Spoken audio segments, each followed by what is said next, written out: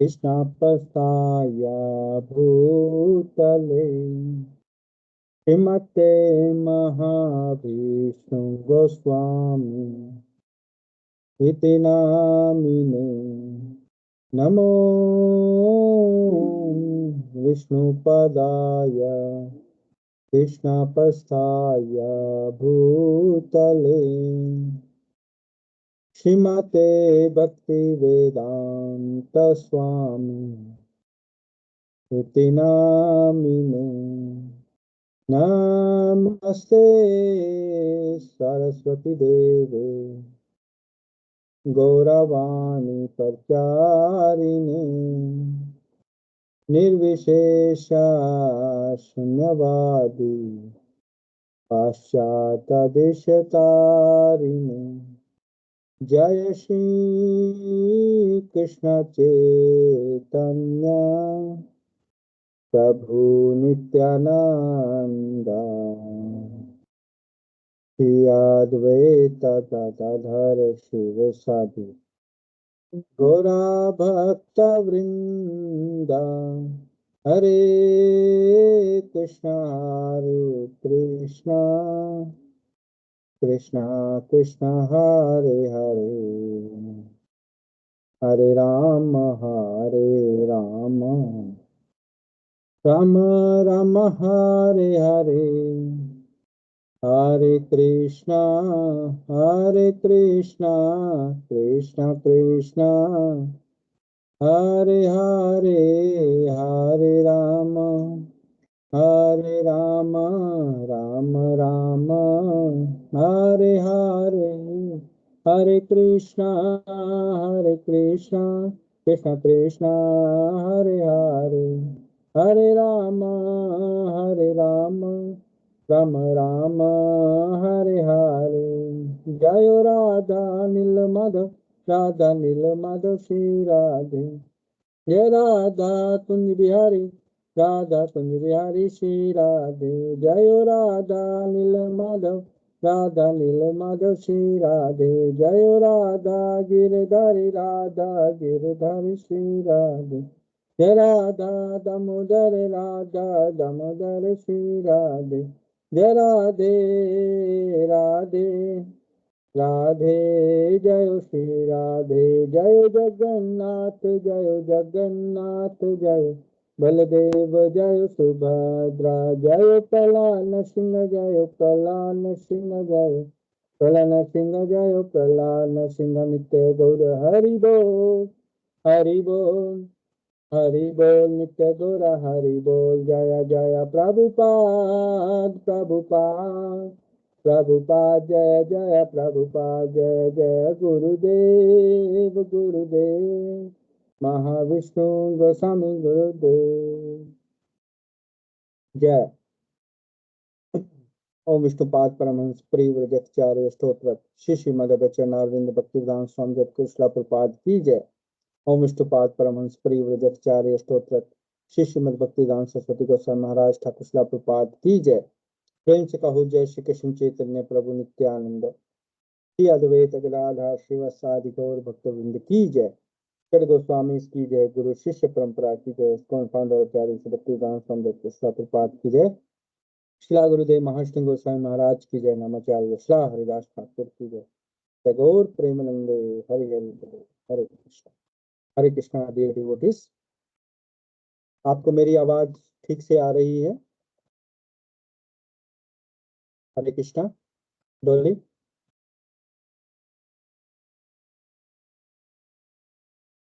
हरे कृष्णा मेरी आवाज आ रही है? हरे कृष्णा डोली। हरे कृष्णा डोली। हरे कृष्णा प्रभु जी। मेरी आवाज आ रही है? हाँ जी आपकी आ रही है। 1 मिनट में फैन ऑफ करती हूँ, आवाज ना क्लियर। मेरी आवाज आ रही है? अब आ रही है? आ रही है। हाँ जी फैन अभी ऑफ ठीक है? 1 मिनट प्रभु जी मैं दोबारा बताती हूँ। हाँ जी अभी ठीक है आवाज? हाँ ठीक आ रही है। हाँ जी आवाज। और अब? हरे कृष्णा। अब नहीं आ रही? मतलब क्लियर नहीं आ रही है। अच्छा, पहले क्लियर थी, अभी? हरे कृष्णा। अब थोड़ी ठीक है, हाँ जी। अब थोड़ी ठीक है? बोलो हरे थोड़ी ठीक है या ठीक है? आप बाकी उनको भी पूछ लीजिए कि दूसरी जगह कैसी आ रही है आवाज। हरे कृष्णा संदीप जी, मेरी आवाज सही आ रही है? हरे कृष्णा प्रभु जी। हाँ जी, आपकी आवाज आ रही है जी। ठीक तरह से आ रही है? हाँ जी। ठीक है, बहुत बहुत बढ़िया। चलो, अभी हम प्रार्थना करेंगे। ये प्रार्थना को आप ध्यान पूर्वक सुनिएगा, हाथ जोड़कर। ओम नमो भगवते वासुदेवाय। ओम नमो भगवते वासुदेवाय। ओम नमो भगवते वासुदेवाय। ओम अज्ञानं तिमिरन्धस्य ज्ञानञ्जनशलाकया चक्षुरुन्मिलितं येन तस्मै श्रीगुरवे नमः। श्रीचैतन्यमनोभीष्टं स्थापितं येन भूतले स्वयं रूपा कदा मह्यं ददाति स्वापदान्तिकम्। वन्देऽहं श्रीगुरो श्रीयुतापदकमलं श्रीगुरून् वैष्णवांश्च श्रीरूपं साग्रजातं सगणा रघुनाथं वितं तं सजीवं साद्वैतं सावधूतं परिजनसहितं कृष्णचैतन्यदेवं श्री राधा कृष्ण प्रदान सगणा ललिता शिव विशाखान्वितांश्च। हे कृष्णा करुणा सिंधु दीनबंधु जगतपते गोपेशा गोपिका कांता राधा कांता नमोस्तुते। तप्त कांचन गौरांगी राधे वृंदावनेश्वरी वृषभानुसुते देवी प्रणमामि हरिप्रिये। वाञ्छकल्पतरुभ्यश्च कृपा सिन्धुभ्येव च पतितानां पावनेभ्यो वैष्णवेभ्यो नमो नमः। नमो ॐ विष्णुपदाय कृष्णपृष्ठाय भूतले श्रीमते महाविष्णु गोस्वामिनिति नामिने। नमो ॐ विष्णुपदाय कृष्णपृष्ठाय भूतले श्रीमते भक्तिवेदांत स्वामिनिति नामिने। नमस्ते सरस्वती देवे गौरवाणी प्रचारिणे निर्विशेष शून्यवादी पाश्चात्य देश तारिणे। जय श्री कृष्ण चैतन्य प्रभु नित्यानंद श्री अद्वैत गदाधर शिवासादि गौर भक्त वृंद। हरे कृष्ण कृष्ण कृष्ण हरे हरे हरे राम राम राम हरे हरे। हरे कृष्ण कृष्ण कृष्ण हरे हरे हरे राम राम राम हरे हरे। नारायण नमस्कृत्य नरं चैव नरोत्तमं देवीं सरस्वतीं व्यासं ततो जयमुदीरयेत्।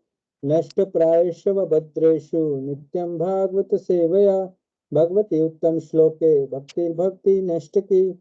हरे कृष्ण कृष्ण कृष्ण हरे हरे हरे राम राम राम हरे हरे। जय जगत गुरु श्रील प्रभुपाद की जय। श्री गुरुदेव महाविष्णु गोसाई महाराज की जय। रामाचार्य श्ला हरिदास ठाकुर की जय। Bhagavad Gita as it is की जय। श्रीमद् भागवतम पुराण की जय। टैगोर प्रेमानंदे हरि हरि बोल। हरे कृष्ण। हरे कृष्णा प्रिय भक्तों, प्रिय मित्रों, आपका आज के हरे कृष्णा वीकेंड हरियाणा के प्रोग्राम में स्वागत है।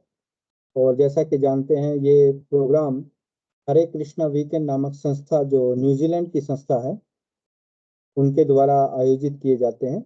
और इस संस्था के जो प्रोग्राम्स हैं, उनकी शुरुआत श्रीमान अमरीश दास प्रभु जी, उनकी पत्नी श्रीमती पूर्ण प्रज्ञा देवी दासी माता जी और उनके पुत्र श्रीमान कृष्ण समर्पण कृष्ण दास द्वारा 19 अप्रैल 2002 को उनके गुरुदेव परम पूज्य महाविष्णु गोस्वामी महाराज की आज्ञा पाकर आरंभ किए थे।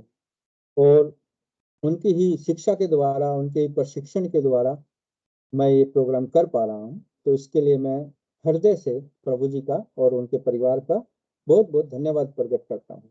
थैंक यू वेरी मच प्रभु जी। हरे कृष्णा।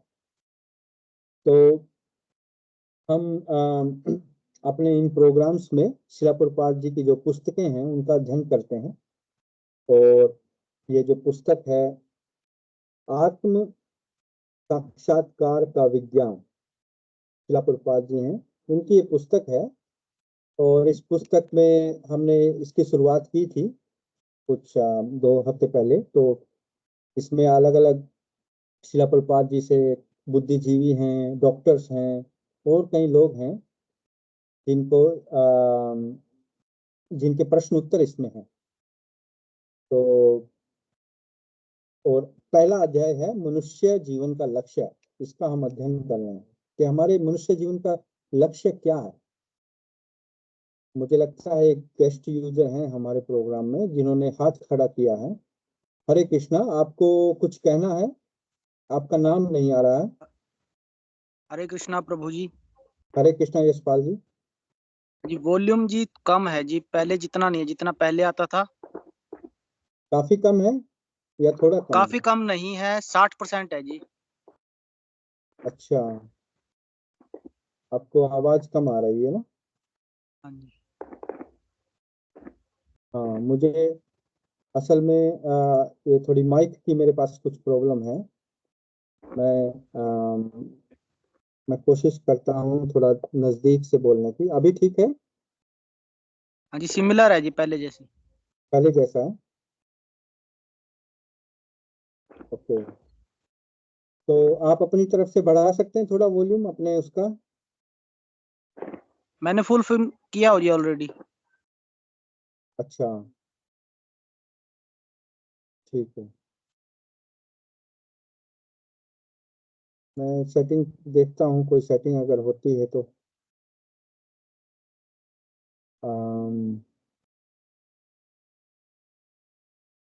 मेरे ख्याल से मुझे थोड़ा माइक बदलना पड़ेगा। मैं दूसरा माइक लगाता हूँ। हाँ दीजिए। नहीं, कोई कोई बात।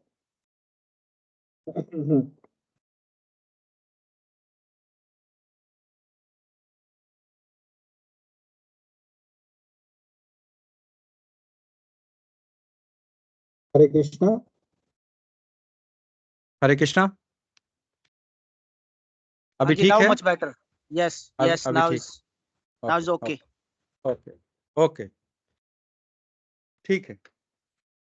तो आप ये अपना हाथ हाथ हटा लीजिए इस पे। हाँ ठीक है। तो हम आज आगे पढ़ना आरंभ करते हैं। पिछले 2 सेशन में हमने देखा कि हमारे जीवन का लक्ष्य क्या है, और हमने सेवा के बारे में डिस्कस किया कि जो आत्मा का जो उद्देश्य है बनाने का भगवान का, वो सेवा है, प्रेममयी सेवा। और फिर हमने पिछले उसमें पढ़ा था कि कितनी ही योनियां हैं, है ना? 84 लाख योनियां हैं, उनके बाद हमें मनुष्य जीवन मिलता है। और इसी योनि में आकर अगर हम फिर दोबारा से वही आहार निद्रा व्यय मैथुन, जो 4 चीजें हैं जो पशु भी करते हैं, अगर वही करते रहे तो फिर हम ये अवसर जो है, हमें गोल्डन अपॉर्चुनिटी जो मिली है मनुष्य जीवन के रूप में, इसको व्यर्थ गवा देंगे। तो हम आगे आज पढ़ना आरंभ करते हैं। श्रील प्रभुपाद जी कहते हैं, हमें यह जीवन शुकर अथवा श्वान, शुकर मतलब जो सुअर होता है, और श्वान मतलब जो ये कुत्ता होता है, कुत्ते और सुअरों के समान केवल कठिन परिश्रम करने के लिए नहीं, वरन जीवन की चरम सिद्धि प्राप्त करने के लिए दिया गया।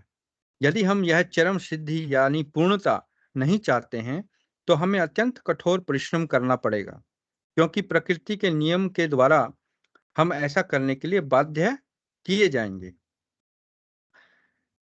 कलयुग यानी वर्तमान युग के अंतिम चरण में ऐसा समय आने वाला है कि मनुष्यों को रोटी के टुकड़े मात्र के लिए गधों के समान कठोर परिश्रम करना पड़ेगा। मतलब ये श्रीमद् भागवतम पुराण में दिया गया है कि आने वाले टाइम में, अभी तो कलयुग का आरंभ है, लेकिन धीरे धीरे जैसे कलयुग बढ़ेगा और जब वो चरम सीमा पे होगा, तो ऐसा समय आएगा कि एक रोटी के टुकड़े के लिए भी गधों की तरह काम करना पड़ेगा। और यहाँ तक के बताया गया है श्रीमद् भागवतम में कि लोगों की उम्रें बहुत कम हो जाएंगी, 20-30 साल हो जाएगी बस, और लोग बच्चे पैदा करेंगे उनका मांस खाने के लिए, और जो ग्रेन्स हैं, जो अनाज है, वो पैदा होना बंद हो जाएगा लगभग। प्रकृति जो है वो सारी चीजें खींच लेगी, और प्राकृतिक जितनी चीजें हैं बहुत कम हो जाएंगी। तो ऐसा आगे आने वाला समय है, इतना कठिन समय है। तो हम देखते हैं कि इस दशा का आरंभ पहले से ही हो चुका है, अभी भी हो चुका है। अभी देख ले तो हम अभी अपने आसपास देखें कि पहले जो लोग काम करते थे तो पूरा परिवार खाता था। एक शिला गुरुदेव जी बताते हैं कि एक प्रचलन था पहले, अगर कोई काम करता था तो उसको बोला जाता था नौकरी, कि आप क्या कर रहे हैं, नौकरी। नौकरी, करी का मतलब जैसे खाना, नौ मतलब एक व्यक्ति कमाता था तो 9 लोग खाते थे, उसके परिवारजन, इतना वो सफिशिएंट कमा लेता था। लेकिन फिर जैसे जैसे समय, आधुनिकता बढ़ी, फिर उसको कहा गया चाकरी। क्या करता है जी, चाकरी। चाकरी मतलब बस एक व्यक्ति की कमाई में सिर्फ 4 लोगों का गुजारा होता था। फिर जी धीरे धीरे और समय बढ़ा, आधुनिकता बढ़ी, तो चाकरी की जगह आ गया वेतन।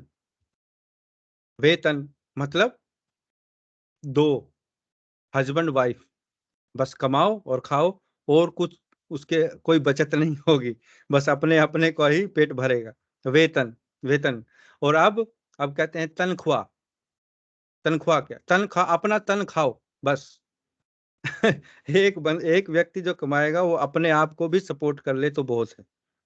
तो इतना गधे की तरह है, हमें काम करना पड़ेगा थोड़ी सी कमाई के लिए, ये कहा गया है, और वो समय आ भी चुका है।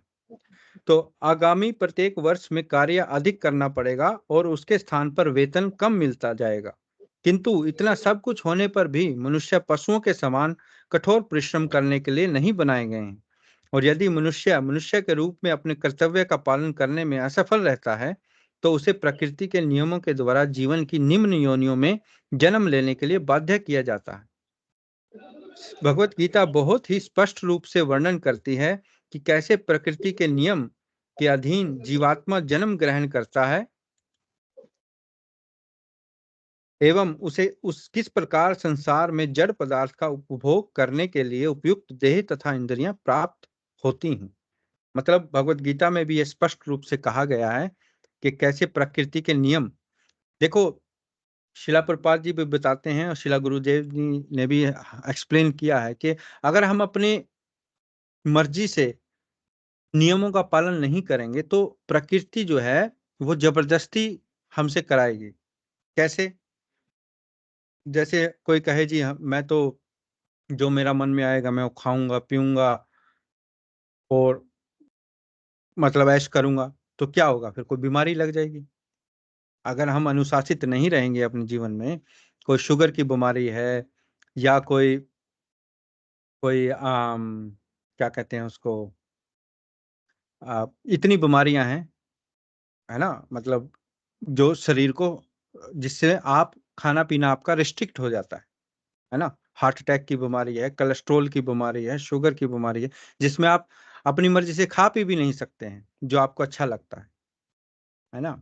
तो ऐसे प्रकृति के जो कठोर नियम है, प्रकृति जानती है फिर उनको कैसे हम पर थोपा जाएगा जबरदस्ती। जैसे कि हम देखते हैं कि अगर हमारे समाज में या कहीं देश में अगर कुछ लोग नियमों का पालन नहीं करते हैं, अगर कोई नियमों को तोड़ते हैं, कानूनों को तोड़ते हैं, तो उनको जेल होती है।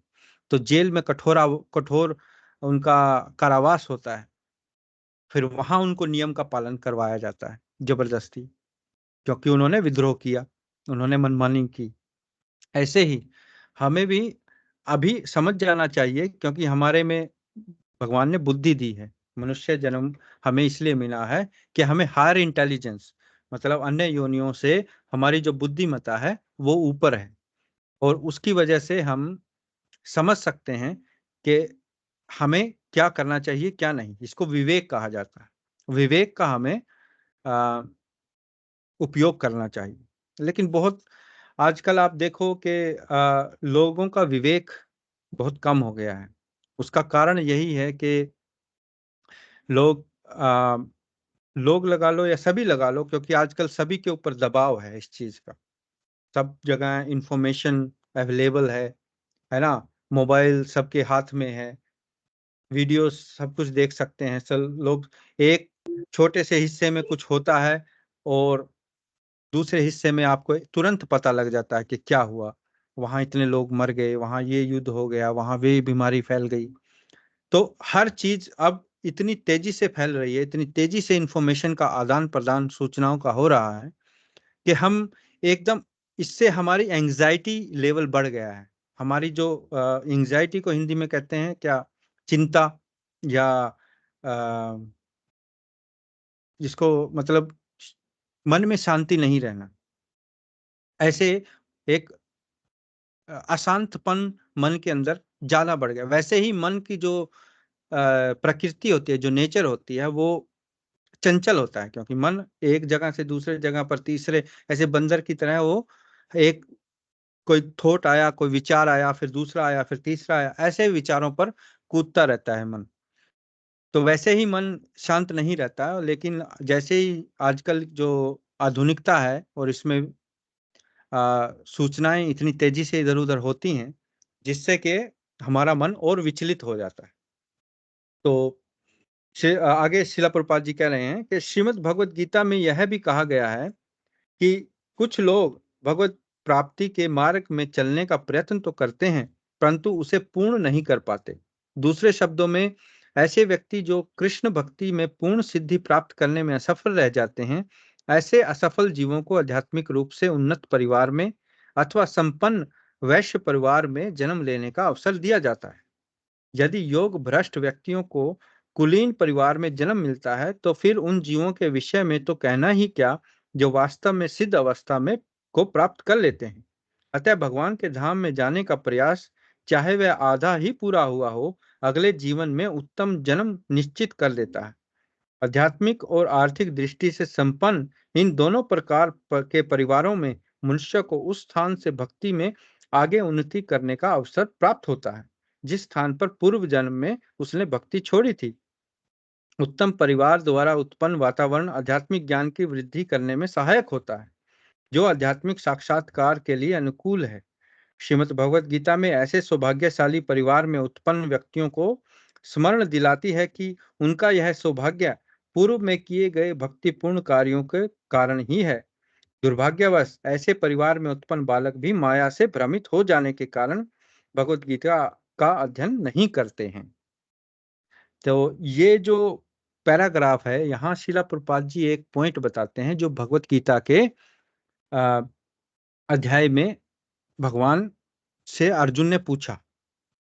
जब भगवान योग के बारे में बता रहे थे, भक्ति योग के बारे में बता रहे थे, तो अर्जुन ने प्रश्न पूछा कि भगवान, अगर किसी की भक्ति पूरी ना हो और उससे पहले ही उसकी मृत्यु हो जाए, है ना, कोई अकस्मात मृत्यु हो जाए या वो अपनी भक्ति को पूर्ण नहीं कर पाया जीवन में, तो उसका क्या होगा? क्या वो ऐसे ही उसकी सारी भक्ति, उसकी सारी जो उसने की थी भक्ति, क्या वो व्यर्थ चली जाएगी? क्योंकि अगला जीवन तो फिर क्या तक क्या मिले। तो भगवान कहते हैं कि नहीं, ऐसा नहीं है। कोई भी कार्य जो आध्यात्मिकता के लिए किया जाए, भक्ति के लिए किया जाए, वो अमर है, वो कभी नष्ट नहीं होता। तो ये भगवान का वचन भी है और भगवान ने ये भगवत गीता में कहा गया, दूसरे अध्याय के 40वें अध्याय में भी कहा कि जो इस पथ पर चलता है उसका जो, अगर आपने थोड़ी सी भी कमाई करी है भक्ति की, वो परमानेंट रिजल्ट आपको देगी। परमानेंट मतलब समझो कि मैंने 50% भक्ति कंप्लीट करी, मैं लगा रहा अपने जीवन में, लेकिन मेरे को एक दिन हार्ट अटैक आ गया और मैं मर गया। मेरी तो भक्ति पूरी नहीं हुई थी क्योंकि मेरे अंदर अभी भी इतनी वासनाएं हैं और इतनी भौतिकता है। तो क्या होगा? तो भगवान कहते हैं कि ऐसी स्थिति में जो भक्तगण हैं, जो योगी है, उसको दोबारा मनुष्य जीवन का आने का चांस मिलेगा। कहाँ मिलेगा? या तो किसी अमीर वैश्य के घर में, मतलब किसी व्यापारी के घर में, जहाँ उसको रोटी कपड़े मकान की चिंता ना हो, जहाँ धन दौलत है, ताकि वो अपनी भक्ति वहीं से प्रारंभ करे। और या फिर उसको ऐसे घर में मिलेगा जन्म जहाँ ऑलरेडी लोग भक्त हैं। जैसे कृष्ण के कितने भक्त हैं, उनके घर में जो बच्चे पैदा होते हैं वो वैसे ही आत्माएं हैं जो पीछे अधूरी जिनकी साधना रह गई थी, ताकि वो बचपन से ही उनको भक्ति का ज्ञान मिले, भक्ति के संस्कार मिले। तो यहाँ शिला प्रभुपाद जी बता रहे हैं, लेकिन इसमें खतरा है कि अगर हमको कोई ऐसे घर में जन्म मिल गया जो अमीर घराना है, चलो ठीक है, वहां हमें रोटी कपड़े मकान की तो चिंता नहीं है, लेकिन वहां माया हम पर अटैक करती है। क्यों? क्योंकि धन है, धन से बुद्धि भ्रष्ट हो जाती है और फिर भगवत गीता नहीं पढ़ते हैं। शिला प्रभुपाद जी कह रहे हैं कि अनफॉर्चुनेटली ये दुर्भाग्य है कि ऐसी परिवार में जो बालक उत्पन्न हुए हैं वो भी भगवत गीता का अध्ययन नहीं कर रहे हैं, जबकि उनको ये चांस मिला है, भगवान के द्वारा दिया गया है। तो ऐसी स्थिति से बचने के लिए हमें भगवत गीता पढ़ना बहुत आवश्यक है। भक्ति पे रास्ते पर चलना बहुत आवश्यक है, क्योंकि किसी ना किसी कारणवश हम पिछले जन्म में, अब आप लोग यहाँ बैठे हैं सुन रहे हैं भगवत गीता के इस प्रसंग के बारे में, तो कुछ ना कुछ पिछले जीवन में आपने भक्ति की है जिसकी वजह से वो अपूर्ण रही, या कुछ भी हुआ होगा जिसकी वजह से आपको दोबारा ये चांस मिला है कि आप भक्ति के इस दोबारा भक्तों के संग में आए और भगवान के भगवत गीता का दोबारा अध्ययन करें। तो ये एक किस्म का अवसर है, इस अवसर का हमें लाभ उठाना चाहिए। और भगवान ये प्रॉमिस करते हैं कि अगर आप मेरी शरण में आओगे तो मैं आपको मोक्ष दूंगा। ये तो बहुत फेमस श्लोक है भगवत गीता का, है ना। तो यहाँ इस पैराग्राफ में शिला प्रभुपाद जी इसके व्याख्या करते हैं कि ऐसे स्थिति उत्पन्न हो जाए तो भगवान जो आत्माएं हैं उनको इन परिवारों में दोबारा जन्म देते हैं। तो संपन्न परिवार में प्राप्त हुआ जन्म जीवन काल के आरंभ से ही पर्याप्त भोजन प्राप्त करने की समस्या हल कर देता है, अर्थात उसको भोजन की कमाने की इतनी मशक्कत नहीं करनी पड़ती, और बाद में अन्य परिवारों की तुलना में वह व्यक्ति सरल तथा अधिक सुविधाजनक ढंग से जीवन व्यतीत कर सकता है। ऐसी स्थिति प्राप्त करने पर आध्यात्मिक साक्षात्कार में उन्नति करने का एक सुअवसर प्राप्त हो जाता है। परंतु दुर्भाग्यवश वर्तमान यानी कलयुग जो यंत्रों जैसे स्वभाव वाले लोगों से परिपूर्ण है देखो कितना श्रील प्रभुपाद जी ने इसकी व्याख्या की। कलयुग क्या है? यंत्रों का। क्योंकि यहाँ आप अपने आसपास ऐसे नजर घुमाइए, आपको हर जगह यंत्र मिलेंगे। आपके घर में ऊपर बिजली का यंत्र, साथ में मोबाइल का जिसपे आप देख रहे हैं वो मोबाइल यंत्र, फिर वहाँ टेलीविजन यंत्र, कहीं किचन में इतने यंत्र, हर जगह यंत्र। तो यंत्र एवं यंत्र जैसे स्वभाव वाले लोग, मतलब लोगों का स्वभाव भी कैसा हो गया? यंत्रों जैसा, मशीनों जैसा। बस लोग मशीनें बन गए, मशीनें इतनी ज्यादा हो गई हैं और लोगों का स्वभाव भी मशीन जैसा हो गया के प्रभाव के कारण धनी परिवार की संतानें विषय भोग की ओर मार्ग भ्रष्ट हो जाती हैं और आध्यात्मिक प्रकाश के लिए प्राप्त हुए इस अवसर को वे भूल जाते हैं। अतः प्रकृति अपने नियमों के माध्यम से इन सुनहरे घरों में आग लगा रही है। असुर रावण के सोने की लंका ही तो थी जो भस्म कर दी गई। प्रकृति का यही नियम है ना। अब कहा जाता है कि लक्ष्मी चंचल होती है ना। चंचल होती है मतलब अगर एक परिवार कोई धनी है और बहुत उसके पास पैसा है, व्यापार है, अगर उसकी आने वाली जनरेशन सही ढंग से नहीं चले तो वो सारे का सारा जो धन दौलत वैभव है वो मिट्टी में मिल जाता है। क्यों? क्योंकि इसका स्वभाव लक्ष्मी का चलन है, मतलब उसको चलते रहना है। जैसे पानी बहता है ना, ऐसे ये करेंसी, नोट को कहा जाता है करेंसी। करेंसी मतलब करंट चल रहा है, एक हाथ से दूसरे हाथ से तीसरे हाथ में जो नोट है वो चलता है। है ना। तो ऐसे ही जो शिला प्रभुपाद जी यहाँ रावण की सोने की लंका का उदाहरण देते हैं, ये वो लंका को भी भस्म कर दिया गया। प्रकृति के ऐसे नियम है। कोई सोचे ना कि मेरे पास बहुत पैसा बस ये ऐसे ही चलता रहेगा, नहीं। बड़े बड़े राजे महाराजे आज कहाँ हैं, धूल मिट्टी में मिल गए, कोई नाम निशान नहीं है उनका। तो इस प्रकार जो भौतिकता है, जो भौतिक संपन्नता है, उस पर हमें कभी भी गर्व या उस पर कभी भी हमें नहीं रिलाय नहीं करना चाहिए, क्योंकि हमेशा और हमेशा सिर्फ एक ही चीज हमारा साथ देगी, वो है भगवान की शरण। अगर हम भगवान की कमल चरणों की शरण लेंगे तो वो ही हमें बचा सकती है इस भौतिकता से। नहीं, ये तो जो माया है ये बहुत प्रबल है, बहुत शक्तिशाली है हमारे जैसे तुच्छ प्राणियों के लिए।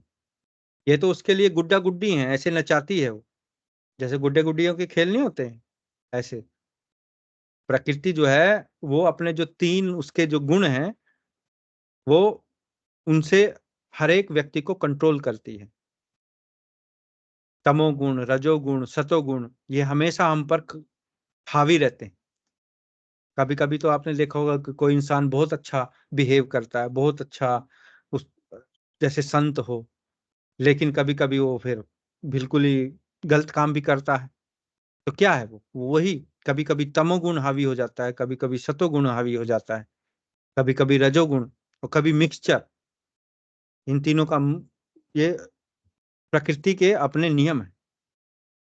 तो इस प्रकार हमें ये समझना पड़ेगा कि अगर हमें भगवान ने किसी ऐसे घर में, परिवार में पैदा किया है जहाँ धन दौलत की इतनी दिक्कत नहीं है, जहाँ पर हमें थोड़ी सी सुविधा है अपने जीवन जीने में, तो इसका मतलब है कि भगवान ने हमें दोबारा अवसर दिया है भक्ति करने का। पिछले जन्म में कोई नहीं किसी कारणवश हमारी भक्ति छूट गई थी। तो ये एक बहुत ही समझने वाली बात है। हमें इस अवसर को गंवाना नहीं चाहिए। ये एक सुनहरा अवसर है हमारे लिए।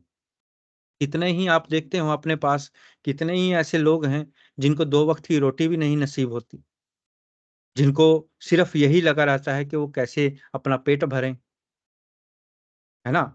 और आज अगर हमारे पास सब कुछ है, गाड़ी है, घर है, फोन है, हमें ये छत है सर ढकने के लिए, भगवान की दया से खाने के लिए अच्छे अच्छे पकवान हैं, तो क्या है इसका, इसको समझना जरूरी है। तभी हमारा मनुष्य जीवन की बुद्धि तो तभी मानी जाएगी ना, जब हम इसके बारे में क्वेश्चन करेंगे कि ऐसा क्यों है कि हमें ऐसा सब कुछ मिल रहा है और ऐसे कई लोग हैं जो रास्ते पर सोते हैं, जिनका घर भी नहीं है, जिनको खाने को भी नहीं मिलता। तो ऐसा क्यों है?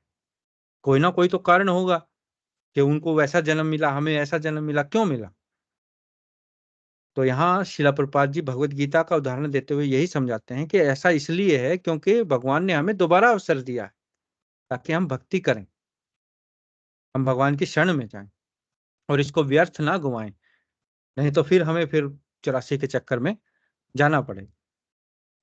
तो आगे शिला प्रभुपाद जी कहते हैं कि श्रीमद् भगवत गीता कृष्ण भावनामृत के दिव्य विज्ञान का प्रारंभिक अध्ययन है और सभी उत्तरदायी राष्ट्राध्यक्षों का यह कर्तव्य है कि वे अपने आर्थिक एवं अन्य कार्यक्रमों की रूपरेखा भगवत गीता के आधार पर बनाएं।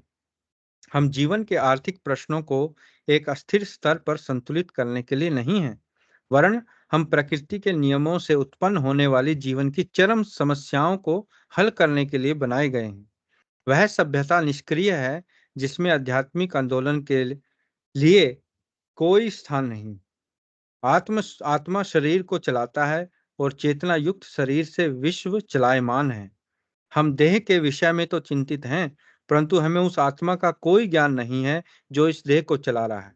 आत्मा के बिना शरीर निष्क्रिय एवं मृत है ना।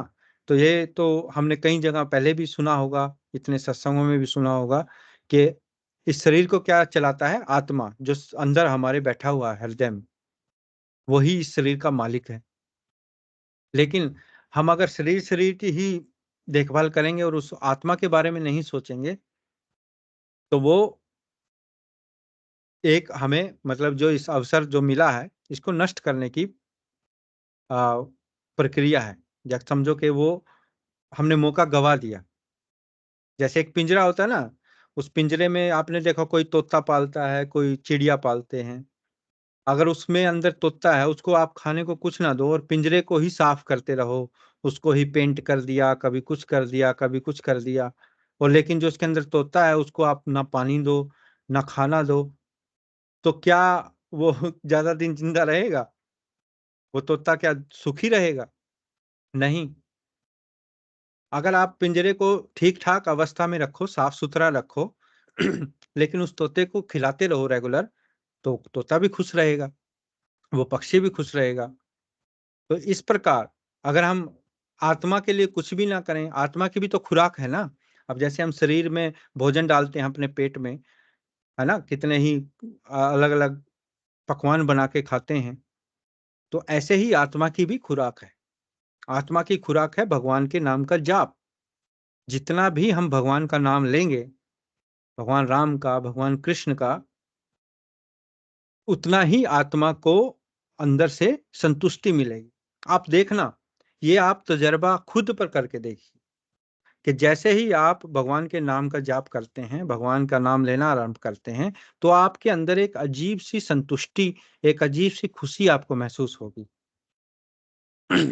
और अगर आप बिल्कुल भी भगवान का नाम नहीं ले रहे हैं, बिल्कुल भी आप कोई भी आध्यात्मिक प्रक्रिया नहीं कर रहे हैं, तो आपके अंदर एक एंग्जाइटी, एक तत्परता, एक विचलितपन वो हमेशा रहेगा आपके चित्त में। टेंशन क्यों? क्योंकि आप खाली बस पिंजरे का तो ख्याल रख रहे हैं और पक्षी का नहीं रख रहे हैं। उसकी खुराक आप उसको नहीं दे रहे हैं, इसकी वजह से। तो यह मानव शरीर एक उत्तम वाहन है जिसके द्वारा हम शाश्वत जीवन तक पहुंच सकते हैं। यह अज्ञान रूपी भव बंधन के सागर को पार करने के लिए एक दुर्लभ एवं अत्यंत महत्वपूर्ण नाव है। इस नाव पर एक कुशल नाविक के रूप में आध्यात्मिक गुरु की सेवा मिलती है। दिव्य कृपा के द्वारा नाव जल के ऊपर अनुकूल दिशा में चलती है। इन सब मंगलमय साधनों के मिल जाने पर ऐसा कौन सा व्यक्ति होगा जो अज्ञान के सागर को इस अवसर का लाभ न उठाए? यदि कोई इस सुंदर अवसर की अपेक्षा करता है, तो यह जानना चाहिए कि वह मात्र आत्महत्या कर रहा है। देखो कितनी बड़ी बात है। अगर हम इस मनुष्य जीवन का, इस अवसर का उपयोग नहीं कर रहे हैं भगवान की शरण में जाने के लिए, तो ये आत्महत्या के तुलना के बराबर है। जैसे कोई व्यक्ति अगर आत्महत्या करता है, अपने जीवन को नष्ट कर देता है, ऐसे ही हम भी अपने जीवन को नष्ट कर रहे हैं अगर हम भगवान की शरण में नहीं जा रहे हैं या भगवान की इस भक्ति की प्रक्रिया का पालन नहीं कर रहे हैं। तो हमें इस आत्महत्या से बचना चाहिए और इस अवसर का भरपूर फायदा उठाना चाहिए। तो एक पैरा हम और पढ़ते हैं और फिर इसके बारे में थोड़ा डिस्कस करते हैं। निश्चय ही रेल के प्रथम श्रेणी के डिब्बे में प्रचुर सुविधाएं होती हैं, है ना। जो फर्स्ट क्लास का टिकट लेते हैं रेल में, उसमें सारी सुविधा मिलती है आपको।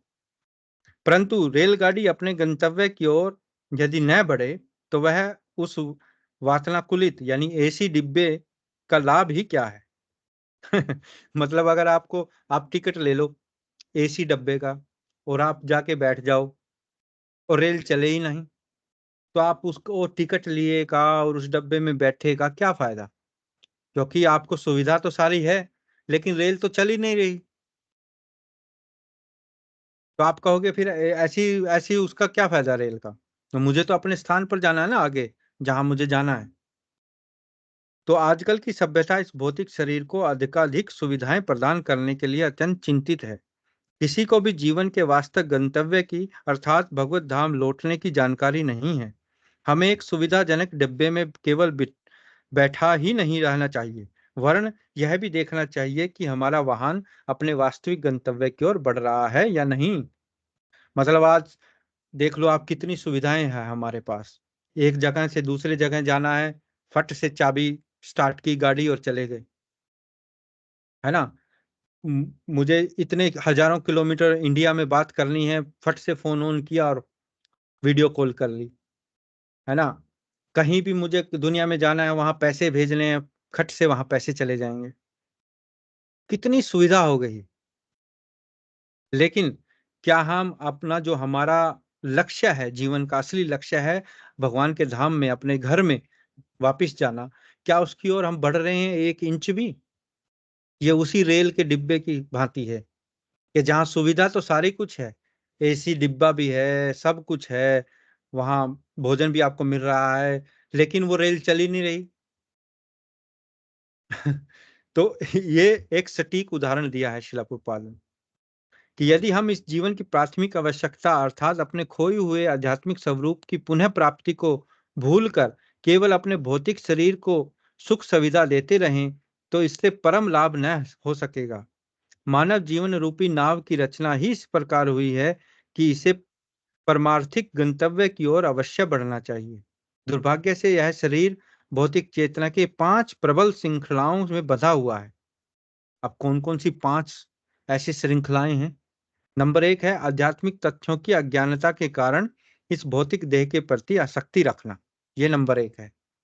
अगर कोई व्यक्ति बिल्कुल भी आध्यात्मिक नहीं है, तो वो हमेशा इस शरीर को ही सर्वे सर्वा मानेगा। वो इस शरीर से इतना आसक्त रहेगा कि उसको पता ही नहीं लगेगा कि इस भौतिक देह से ऊपर भी कुछ है। नंबर 2, शरीर का संबंध होने के कारण स्वजनों से आसक्ति रखेगा और फिर क्योंकि उसको ये शरीर ही पता है, बस इस शरीर से पैदा हुए मेरे भाई-बहन या मेरे बच्चे या मेरे माँ-बाप या सब कुछ इस शरीर के जो संबंध हैं, बस वही उसको लगेंगे कि बस यही सब कुछ है। क्योंकि उसको आध्यात्मिकता का तो पता नहीं, उसको तो सिर्फ शरीर का पता है और शरीर से जो-जो संबंध रखता है, ब्लड रिलेशन, बस वही उसको सब कुछ है। बाकी सारे गैर लगेंगे और वो उसको अपने लगेंगे, जो ब्लड रिलेशन है। नंबर 3, जन्मभूमि तथा घर, घर की वस्तुएं, भूमि, संपत्ति, व्यापारिक कागजात इत्यादि जैसे भौतिक संपत्ति के प्रति आसक्ति रखना। और फिर क्या होगा? फिर जो हाय ये मेरा घर, हाय मेरी गाड़ी, हाय मेरा बिजनेस, हाय मेरा सोना, हाय मेरा ये, हाय है, ऐसे तो एक हाय सी लगी रहती है, एक मैं लगती है, सब मेरा है, कहीं ये छीन ना जाए, कहीं ये कोई लूट ना ले जाए। तो एक किस्म का आसक्ति बन जाती है एक किस चीज से, जब वो भूल जाता है कि ये आध्यात्मिकता भी कोई चीज है, वो सिर्फ भौतिकता है। इस ये शरीर उसको पता है, बस शरीर ही है। शरीर का ख्याल रखो, मेरे सगे संबंधियों का ख्याल रखो, मेरे अपने हैं, ये मेरे गैर अपने हैं और ये गैर हैं, ये मेरे अपने हैं और ये दुश्मन है। फिर ऐसे चीजों में बांटने लगता है इंसान। नंबर 4, भौतिक विज्ञान के प्रति आसक्ति रखना, जो सदा ही आध्यात्मिक प्रकाश के अभाव के कारण रहस्यमय बना रहता है। मतलब जो भौतिक ज्ञान है, जितना भी विज्ञान है, जो आजकल कहें ना साइंस है, बस ये इसी को ही सब सर्वे सर्वा मानना कि बस जी साइंस ही सबसे ऊपर है, भगवान तो कुछ नहीं। सब कुछ ये क्या है, ये कुर्ता मैंने पहना, ये भी साइंस की वजह से, क्योंकि मशीन ने बनाया है। ये कंप्यूटर मशीन ने बनाया है, ये कंप्यूटर साइंस ने बनाया है, ये माइक साइंस ने बनाया, ये लाइट साइंस, सब कुछ तो साइंस है। भगवान कहाँ है? भगवान तो है ही नहीं। तो फिर यहाँ तक उसकी आसक्ति बढ़ जाती है। फिर नंबर 5, पूर्ण पुरुषोत्तम भगवान तथा उनके भक्तों को जाने बिना ही धार्मिक रीतियों एवं अनुष्ठानों में आसक्ति रखना। यह जाने बिना कि भगवान एवं उनके भक्तों की उपस्थिति के कारण ही ये सब पवित्र होते हैं। मतलब फिर अगर थोड़ा बहुत फिर कर्म कांड में चले जाते हैं, अगर थोड़ा उसको लगता है कि चलो कुछ है शक्ति, तो कर्म कांड करने लग जाते हैं, है ना? कि ये भगवान और भगवान के भक्तों में तो कोई रुचि नहीं, कोई उनका आदर नहीं है, लेकिन चलो यहाँ ये करवा दो, यहाँ वो करवा दो तो मेरा कुछ भला हो जाएगा। भला क्यों हो जाएगा? क्योंकि मुझे बिज़नेस में घाटा ना हो, या फिर जो परम लक्ष्य है वो भौतिकता है। परम लक्ष्य क्या है? शरीर है। बस इस शरीर से संबंधित सारी चीज़ें जो हैं मैं उनको सँभाल के रखूँ। और जबकि ये प्रकृति ऐसी है, जब इसका डंडा चलता है तो इसके नियम ज़बरदस्ती हमको फ़ॉलो करने पड़ते हैं। हम ये नहीं कह सकते ना, ना, ना, ना, मैं बूढ़ा नहीं होना चाहता, मेरी उम्र नहीं बढ़े। प्रकृति नहीं मानेगी, आपको बूढ़ा होना ही पड़ेगा। आप कहेंगे नहीं, नहीं मैं मरना नहीं चाहता है, मैं बीमार नहीं होना चाहता। आपकी कोई पेश नहीं चलेगी। आप बीमार भी होंगे, जन्म, मृत्यु, जरा, व्याधि, ये 4 चीज़ें हैं जो हर योनि में आपको इनका सामना करना पड़ेगा। आप बूढ़े ने जरा, बुढ़ापा, व्याधि मतलब बीमारी। तो भगवत गीता के 15वें अध्याय में मानव शरीर रूपी नाव को बांधे रखने वाली इन आसक्तियों की विस्तार से व्याख्या की गई है। मतलब 15वें अध्याय में इसकी व्याख्या बहुत विस्तार से की गई। वहां इन आसक्ति रूपी श्रृंखलाओं की तुलना गहरी जड़ों वाले एक वट वृक्ष से की गई है, जो अपनी दृढ़ स्थिति को भूमि के साथ नित्य ही बढ़ाता जाता है।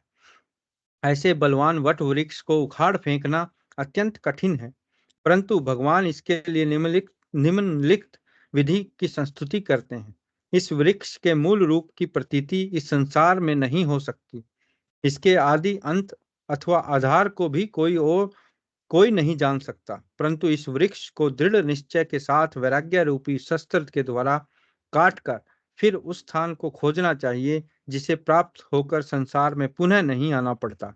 वहां उस पर परम धाम में पूर्ण पुरुषोत्तम भगवान की शरण लेनी चाहिए, जिनसे प्रत्येक वस्तु का आरंभ हुआ है और जिनमें अनादिकाल से प्रत्येक वस्तु निवास कर रही है। ये गीता के 15वें अध्याय के 3 और 4 श्लोक में इसको कहा गया। तो आज हम यहीं रुकेंगे और मैं थोड़ा इसको लगा देता हूँ। हाँ, तो यहाँ आज हमने देखा कि श्रील प्रभुपाद जी ने 3-4 ऐसे तथ्य हैं जो हमें सोचने पर मजबूर कर देते हैं कि वाकई में क्या ये भौतिकता ही सब कुछ है, या क्या ये शरीर ही सब कुछ है, या इससे ऊपर भी कुछ है ना। जैसे पहले श्रील प्रभुपाद जी बता रहे हैं कि सबसे पहली तो बात है कि हमें विश्वास रखना है। भगवान भगवत गीता में गारंटी देते हैं कि अगर हम इस रास्ते पर चलेंगे तो कभी इसका नाश नहीं होगा। अगर हम सपोज करो अपनी भक्ति पूर्ण भी नहीं करते और किसी कारणवश अधूरी भी रह जाती है, तब भी हमें भगवान मौका देते हैं दोबारा। और हमें ये सोचने पर मजबूर होना पड़ता है कि अभी इस अवस्था में मैं क्या हूं। अगर मेरे पास सभी सुख सुविधाएं हैं, इसका मतलब मुझे भगवान ने मौका दिया है। इस मौके का, इस अवसर का मुझे लाभ उठाना है। और फिर आगे श्रील प्रभुपाद जी उदाहरण देते हैं कि जो ये मानव शरीर है, ये एक वाहन है। इसके अंदर यह एक पिंजरे की तरह है, इसके अंदर एक पक्षी है। तो हमें ख्याल रखना है दोनों का। ऐसा नहीं कि पिंजरे को तुम गंदा रखो और खाली पक्षी का ख्याल रख रहे हो, नहीं, पिंजरा भी साफ रखना है, क्योंकि ये शरीर भी भगवान ने ही दिया है। इस शरीर का भी ध्यान रखना है, लेकिन आत्मा की खुराक भी जरूरी है। उसका जो भोजन है, भगवान की भक्ति, भगवान के नाम का स्मरण, वो भी जरूरी है, जिससे कि एक संतुष्टि बनी रहेगी। और फिर अंत में श्रील प्रभुपाद जी यहाँ बता रहे हैं, उदाहरण दे रहे हैं उस रेल के डिब्बे का, है ना, कि हम एसी का टिकट लेके तो बैठ जाएं लेकिन रेल ना चले, तो ऐसी सुख सुविधाओं का क्या लाभ? उसका कोई लाभ नहीं। आप तो चाहेंगे कि चाहे मुझे लटक के जाना पड़े, कम से कम रेलगाड़ी मुझे अगले स्टेशन पे तो उतारेगी जहां मुझे जाना है। तो हमें बिल्कुल ये समझना पड़ेगा कि ये जो भौतिकता है, जो संसार है, यही सर्वे सर्वा नहीं। इसके पीछे भी, इससे आगे भी सब कुछ है। बहुत कुछ है जो हमें ज्ञात नहीं है, जो दिखाई नहीं देता। और फिर जो 5 ऐसी प्रक्रियाएं हैं जो स्टार्ट होती हैं, किससे? हमारी अज्ञानता से। जब हम अज्ञानी हो जाते हैं कि सिर्फ इस देह को ही, इस शरीर को ही सर्वे सर्वा समझते हैं, तो क्या होता है? फिर हम अपने इस शरीर से संबंधित जो लोग हैं उनको अपना समझते हैं, दूसरों को गैर समझते हैं। फिर अपने जो इस शरीर से संबंधित जो धन संपत्ति है, जो वैभव है, बस उसको सर्वे सर्वा समझकर उसको हम अपने आप को ये डर लगा रहता है कि कभी ये चला ना जाए, हमसे छीन ना जाए, है ना। तो उसको ही सब कुछ समझते हैं। और फिर अपनी जो जन्मभूमि है या अपने घर बार संपत्ति है, वो सब। तो ऐसे कर करके जो 5 श्रृंखलाएं हैं वो कहाँ से पैदा होती हैं? फर्स्ट, जो पहली उसकी जो अज्ञानता है हमारी, कि हम इस भौतिक शरीर से अपने आप को एकात्म समझते हैं कि बस यही शरीर ही मैं हूं और यही जड़ है हमारी अज्ञानता की। जब ये हम समझते हैं कि ये शरीर मैं नहीं हूं, है ना, भगवत गीता से पहले शुरुआत में ही भगवान ये तथ्य को दृढ़ करते हैं कि आत्मा और शरीर अलग हैं और ये आध्यात्मिकता की ABCD है। ये समझना कि I am not this body, I am a spirit soul. मतलब मैं ये शरीर नहीं हूं, मैं आत्मा हूं। अब ये चीज सुनने में तो बहुत आती है हमारे, लेकिन उसको हम अपने जीवन में कैसे उतारें, ये एक प्रक्रिया है जो हमें फॉलो करके फिर हमें उसका रियलाइजेशन होता है। लेकिन शुरुआत में हमें पता तो होना चाहिए ना। अगर नहीं पता होगा तो क्या होगा, फिर वो ये पांचों चीजें आएंगी जो श्रील प्रभुपाद जी ने बताई। तो चलिए अभी थोड़ा सा हमारे पास है 5-10 मिनट, तो हम, अगर आपका कोई प्रश्न है आज की जो क्लास है इसके बारे में, या कोई आपको कोई कमेंट है, कोई ऐसा तथ्य लगता है कि आपको क्लियर नहीं हुआ या कुछ आप उसके बारे में कहना चाहते हैं, तो आप बोल सकते हैं अभी। हरे कृष्णा।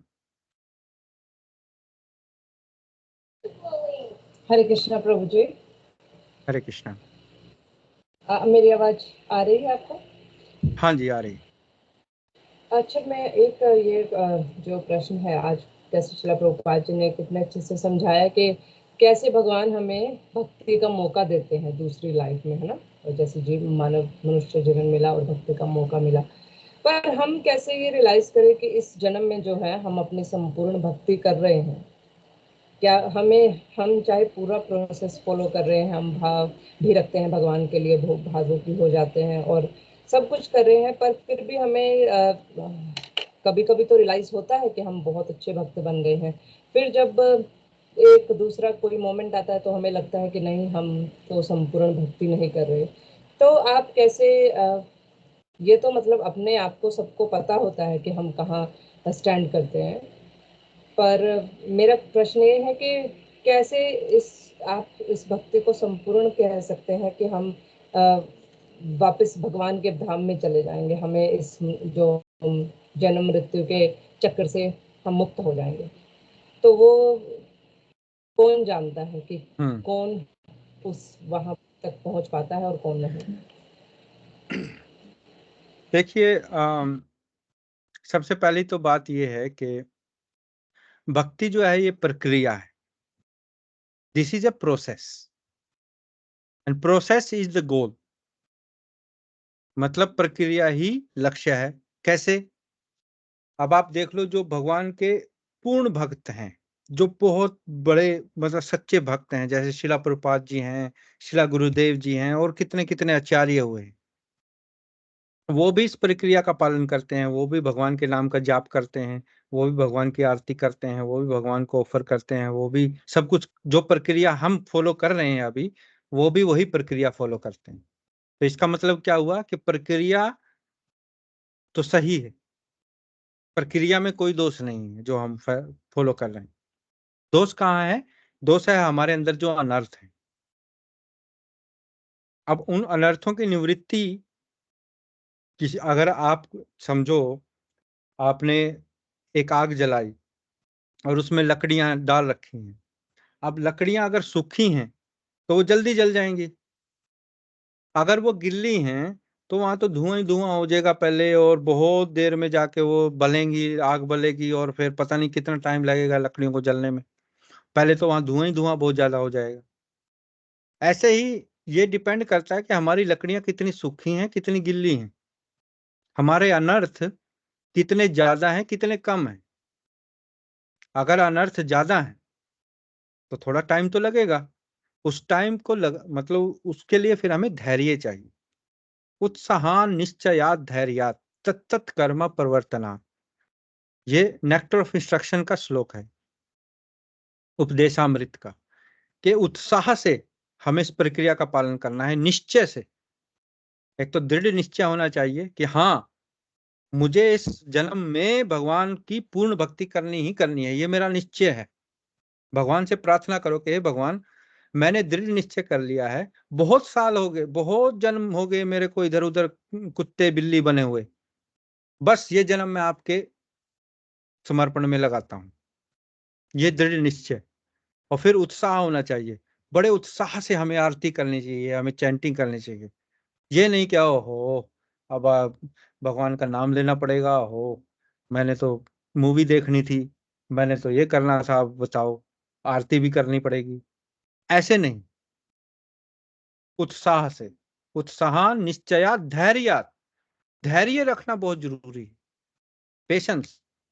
अगर धैर्य, थोड़ा सा भी धैर्य नहीं है तो सारी प्रक्रिया खराब हो जाएगी, है ना। तो नंबर 1 तो ये है कि ये प्रक्रिया है जिसको हमें फॉलो करना है। और नंबर 2 बात, ये सबसे इंपॉर्टेंट है, नंबर दूसरी, प्रक्रिया तो आप फॉलो कर रहे हो, पर इसका मतलब ये नहीं है कि भगवान मजबूर हो जाएंगे आपको दर्शन देने के लिए, या मजबूर हो जाएंगे आपको भगवान के धाम देने के लिए। नहीं, भगवान को कोई मजबूर नहीं कर सकता। भगवान अपनी मर्जी से रिवील होंगे, अपनी मर्जी से वो दर्शन देंगे जब उनको दिखेगा कि आप सच में ही सच्चे हृदय से आप कोशिश कर रहे हैं। क्योंकि भगवान के आगे दिखावा नहीं चलेगा।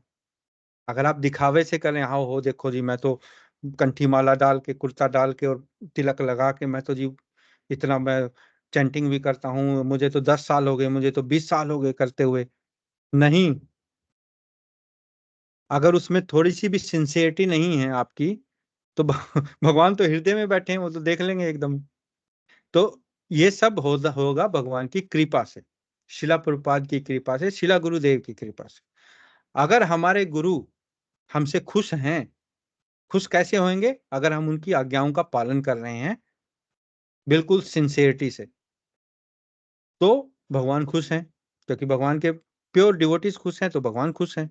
तो फिर वो हमें गारंटी मिलेगी कि हम भगवान के धाम में जा सकें। लेकिन हम भगवान को मजबूर नहीं कर सकते अपनी प्रक्रिया से कि हाँ जी, मैं तो देखो जी प्रक्रिया, मैं तो इतने सालों से भक्ति की प्रक्रिया फॉलो कर रहा हूँ, तो मुझे तो मेरी तो टिकट सबसे पहले कटनी चाहिए। वहां टिकट सिस्टम नहीं है। वहां भगवान खुद देखते हैं कि हाँ, जितना हमारा समर्पण है सच्चे दिल से, भगवान उतने ही मात्रा में हमें रिवील होते हैं, उतने ही मात्रा में भगवान हमको दर्शन देते हैं। ये तो भगवत गीता में कहा गया है, ये तो भगवत गीता का श्लोक है। भगवान कहते हैं जितना समर्पण के अनुसार, जितना अनुपात समर्पण का होगा, 1% समर्पण है तो भगवान 1% मिलेंगे, 2% है तो 2%, 50% है तो 50%। अगर आपका 100% समर्पण है, जैसे गोपियों का था, वृंदावन के लोगों का था, वो 100% भगवान पर डिपेंड करते थे बिल्कुल। चाहे वहां कोई राक्षस आ रहा है, कुछ आ रहा है, उनको पता था कि भगवान हमारी रक्षा करेंगे, दैट्स इट, और कोई नहीं। भगवान कृष्ण के अलावा उनको कोई पता नहीं था किसी का। तो अगर आप ऐसे 100% भगवान के ऊपर डिपेंड करते हैं तो 1 सेकंड भी नहीं लगेगा। शिला प्रभुपाद कह रहे हैं आपको 1 सेकंड भी नहीं लगेगा भगवान के धाम में जाने में। और अगर आपके अंदर समर्पण नहीं है तो हजारों लाखों जन्म भी लग सकते हैं। क्योंकि समर्पण, ये समर्पण का खेल है। भक्ति की प्रक्रिया से हमें समर्पण सीखना है, भगवान में दृढ़ विश्वास रखना, तब जाके हमें मिलेगा। हाँ, लेकिन ये समझना जरूरी है कि ये हमें भगवान ने अवसर दिया है और इस अवसर का हमें लाभ उठाना है।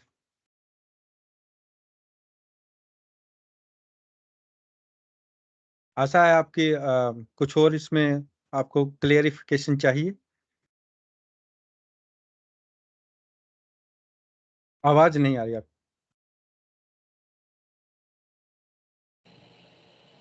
हरे कृष्णा प्रभु जी। नहीं, शिला प्रभुपाद हमेशा कहते हैं कि हमने भी सीखा है कि जितना हम सरेंडर करेंगे मन से, उतना हम अपने आप को शुद्ध भी मान होते चले जाएंगे और उतना ही हम भगवान के करीब भी जाएंगे। हरे कृष्ण।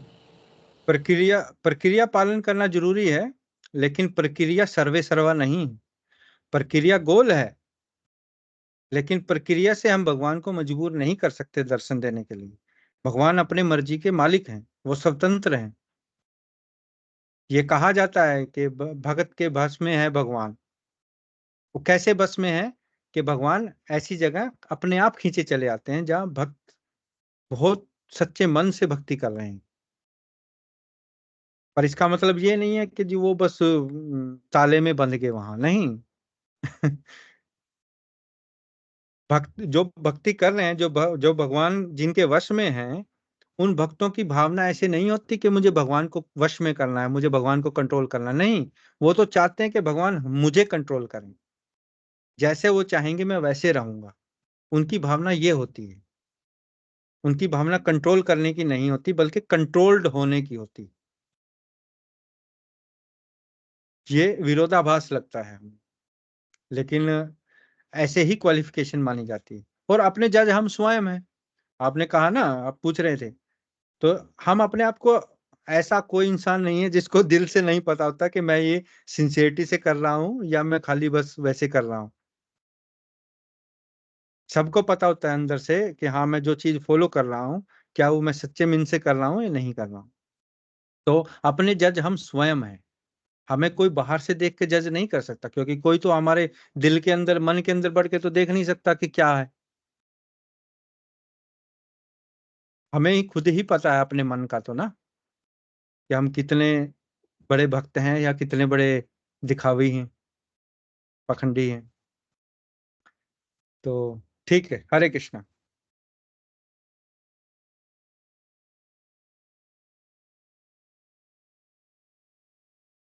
हरे कृष्णा। आप किसी और का आपका प्रश्न है या कोई टिप्पणी है आप करना चाहेंगे? हरे कृष्णा। हरे कृष्णा सोनिका जी। हाँ जी। बस मेरा ना बहुत मन होता है ये क्लास अटेंड करने का, बट 2:30 बजते हैं तो मतलब कई बार ये होता है, मैं ज्यादातर शॉप पे होती हूँ तो कस्टमर आ गए तो मेरे माइंड से ही निकल जाता है। अब मुझे याद आया, मैंने लास्ट में अभी ज्वाइन किया है। अच्छा। हाँ, ओहो। मतलब मुझे एक रिंग कर दो ना, अगर थोड़ा सा रिमाइंडर या आप ऐसा अ, करो, आप ऐसा करिएगा, आप स्काइप स्काइप एक एप्लीकेशन है, स्काइप को डाउनलोड अच्छा, कीजिए और उसमें एक अकाउंट बनाइए, और मैं आप व्हाट्सएप पर मुझे उस अकाउंट का अपना यूजर नेम भेज दीजिए। क्योंकि अन्य जो भक्तगण हैं, उन जब मैं हम्म, क्लास स्टार्ट करता हूं तो उनके पास वो रिंग जाती है। ओके तो आपके पास रिंग इसलिए नहीं आती क्योंकि आपका उस ग्रुप में आप ज्वाइन नहीं है, इसलिए नहीं आती है। तो वो बहुत अच्छा रहेगा। मैं इस क्लास के बाद आपसे आपसे बात करूंगा, और आप वो स्काइप पे लॉगिन बनाकर आप मुझे यूजर नेम भेज दीजिएगा, तो मैं उसको ठीक। अपने ग्रुप में ऐड कर लूंगा इस मीटिंग में। हम्म, और फिर आप, ठीक जब मैं है। वो मीटिंग स्टार्ट करूंगा तो आपके पास एकदम घंटी जाएगी। ओके, हाँ ये सही है। हाँ, तब वो फिर आपको ये भूलेगा नहीं। क्योंकि हाँ, अभी तो आपका नाम भी नहीं आ रहा है, और तब फिर आपका नाम भी आएगा यहाँ। ओके ठीक है। हाँ जी, हाँ जी। हमेशा मेरी क्लास ऐसे ही इसलिए छूट जाती है, मैं वेट में होती हूँ कि क्लास है, और 2:30 बजते ही मेरे दिमाग से वो चीज निकल जाती है। नहीं, चलो देखो, बिजीनेस होती है, घर के भी काम हाँ होते हैं, बाहर के भी काम होते हैं, लेकिन इसकी हाँ वजह से हमने ये स्काइप में ये फायदा है। हाँ, जब ठीक हम है। मीटिंग स्टार्ट करते हैं तो सभी जो मेंबर्स हैं उन सबके पास घंटी जाती है, जैसे फोन की घंटी मतलब होती है। जैसे अभी पता चल गया ना क्लास स्टार्ट है, अगर आप बिजी हो, वैसे नहीं ज्वाइन कर पा रहे हो क्योंकि बिजी हो, वो रीजन दूसरा। अगर याद ही नहीं रहा और हाँ फ्री भी थे, वो फिर वो ठीक नहीं हाँ लगता है ना। हाँ, वो फिर थोड़ा पछतावा भी होता है हाँ कि हाँ, हाँ, उसका कैसे क्या हो पछतावा गया। होता है। हाँ। हाँ जी, हाँ जी। नहीं, ठीक है, कोई बात नहीं, ये हम सॉर्ट आउट करते हैं आपके साथ फिर इसके बारे में। ठीक है। ठीक ठीक है जी। हरे तो कृष्णा। हरे कृष्णा।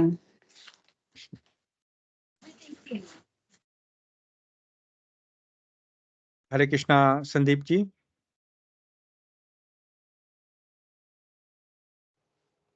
हरे कृष्णा प्रभु जी। हरे कृष्णा। आप अच्छा लगा आप बच्चों को लेकर आए थे हाँ जी, हाँ प्रार्थना जी। में, तो बच्चों को बहुत ये बच्चों के लिए बहुत जरूरी है। हाँ ये थोड़ा यहाँ के अनुसार थोड़ा लेट हो जाता है, क्योंकि उनका सोने का टाइम हो जाता है, फिर भी वो उठ के आया, हाँ 10 बजे। क्लास शुरू हो रही है तो वो उठ के आए, तो मेरे पास बैठ गए। पर वही है, उनको फिर नींद आ रही थी, 10 बजे का टाइम हो गया था, तो इसलिए वो चला गया। अच्छा, हाँ, वो थोड़ा यहाँ टाइम का चक्कर है, तो टाइम सोने का, हाँ। मैंने इसलिए, क्योंकि ये इंडिया के समय के अनुसार थोड़ा किया। हाँ जी, हाँ जी, मुझे पता था कि आप फ्यूचर में इंडिया तो जाएंगे ही, हाँ जी, हाँ तो ये समय फिर हम बार बार चेंज नहीं कर सकते ना, क्योंकि एक बार अगर समय चेंज है तो सबका फिर उसी टाइम पर एक रूटीन बन जाता है। हाँ जी, हाँ जैसे जी। पहले शनिवार का था, तो शनिवार से हमने रविवार इसलिए किया क्योंकि लोगों की रविवार को छुट्टी रहती है। नहीं, बहुत कई बढ़िया। लोग जो नौकरी पेशा भी हैं या इंडिया में भी हैं या स्कूल में हैं या कुछ भी है, तो कभी ना कभी उनको मौका मिलेगा तो फिर वो ज्वाइन करेंगे।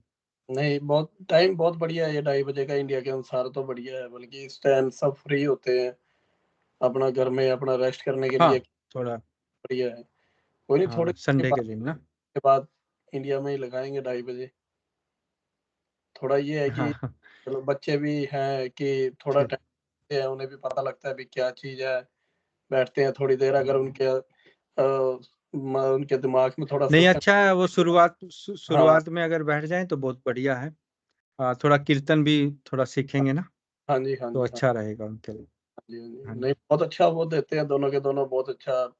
मेरे पास भी अगर मैं भी होऊँगा तो मेरे साथ बैठ के बोलेंगे, या सभी वो मान लो अच्छा, जिस हिसाब से उनकी उम्र है, उसके अकॉर्डिंग वो बहुत बढ़िया हाँ, नहीं बहुत अच्छा लगा, बहुत अच्छा।